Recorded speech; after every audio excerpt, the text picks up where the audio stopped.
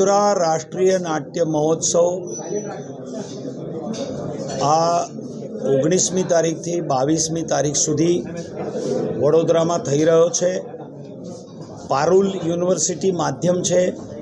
પારુલ યુનિવર્સિટીના પારુલજી પટેલને હું અભિનંદન આપું છું કે આ વિચાર એમણે મૂક્યો વડોદરાના સુંદર પ્રેક્ષકો માટે, જે રસિક પ્રેક્ષક કહેવાય, અને ત્યાં આ પ્રકારનો રાષ્ટ્રીય નાટ્ય મહોત્સવ થાય એ અમારા જેવા રંગમંચના કલાકારો માટે, રંગકર્મીઓ માટે, તેમજ રસિક પ્રેક્ષકો માટે બહુ જ આનંદની અદ્ભુત ઘટના છે। અને આ રાષ્ટ્રીય નાટ્ય મહોત્સવમાં ભારતના અલગ અલગ ક્ષેત્રોથી ટોટલ 8 નાટકો પ્રસ્તુત થવાના છે।